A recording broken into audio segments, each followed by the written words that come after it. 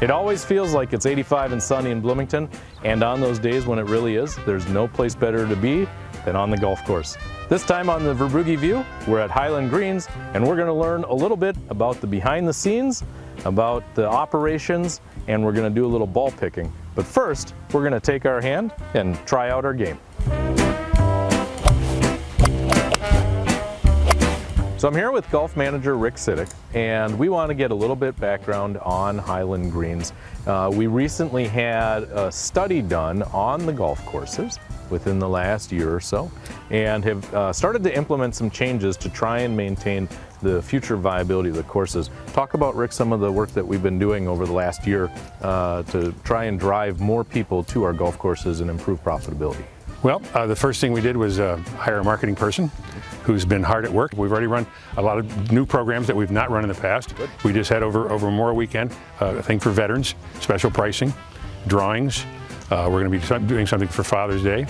And throughout the summer, especially we're trying to reach out to the juniors, right, to get them back. I mean, we've had our golf for $99 for kids for the entire season, and that's gone okay. We'd like to make it about 5 or 6 times better if we could. So you mentioned the kids. One of the nice things about having a course like Hyland and then having a course like Dwan is we're trying to prepare the life cycle of golfers, right? So talk about Hyland as a place to nurture young golfers. It's a perfect place to start. I mean, we have 2 sets of tees. One of them's called family tees, and then we have the back tees. So anybody can play it. It's about 1,500 yards, and it's about 1,000 yards from the family tees. So, I mean, woods, irons for kids. We've got a lot of room. Tell me about the range operation here. How often is it open, and how much does it cost to come out and just hit a bucket of balls? It is open 7 days a week, weather permitting. We've got 33 hitting stations. It's 30,000 square feet of grass. We also have mats for those days when it's a little too wet. What's the experience over at Dwan like for a golfer? It's a par 68? Par 68. It's a shorter course than a lot of the regulation golf courses, but it still provides a really nice environment, right? That is correct. I would say, talking about championship golf courses, upwards of 7,000 yards in length. Dwan is 5,400 from the back tees. The fairways are wide, they're very generous. It's very easy to walk, easy to carry, not a lot of hills, even though there are a lot of trees. We have young people come in, especially the millennials, who look at the length of the golf course and chuckle. Right.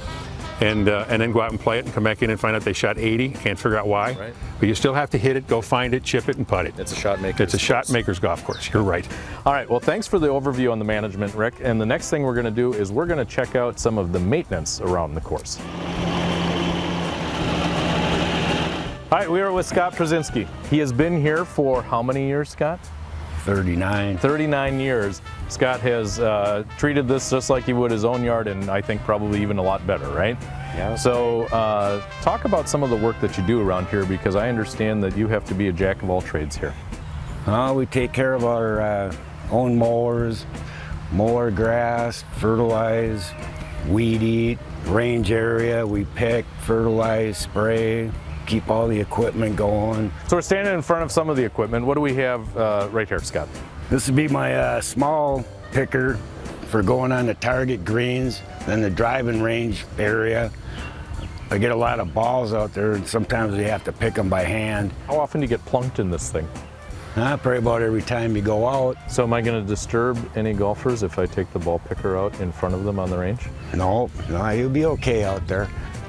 Should we go for a ride? All right.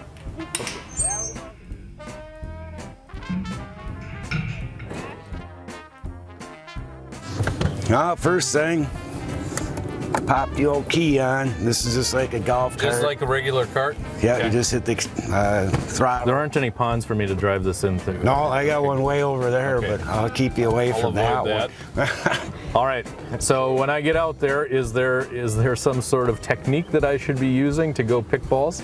Yeah, we usually kind of go crossways across the driving range. Okay.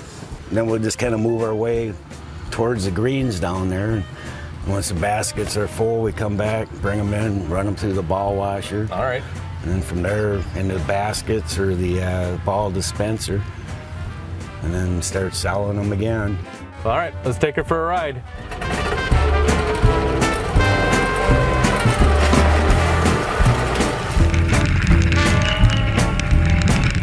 I have driven some interesting pieces of equipment since we've started doing these episodes. This one may be as challenging as any of them, trying to get the baskets and the pickers lined up with the direction that the cart is going. And I have to be cognizant of the golfers on the range, some of whom are probably aiming, because who wouldn't want to hit the city manager and rattle his cage a little bit? Careful, coming through. I'm having a hard time driving straight in this thing, which is no different than the other times I've been out golfing. Trying to keep the cart lined up with the balls is turning out to be more of a challenge than I thought it would be. You know, I'm staying mostly within the confines of our driving range. If I were retrieving my own balls, I'd probably be over on holes number 1 and 2. But once again, I'm learning that there really is no easy job around the city, because even here, being able to expertly pick balls out here so that we're not having to go back and forth too many times, this takes a lot of practice. And as usual, it's not as easy as it seems. Once again, we've had a chance to see a side of the city that maybe you hadn't seen before. So appreciate the work of Rick Siddick and Scott Brzezinski in helping us this week on the Verbrugge View, and we'll look forward to seeing you next time.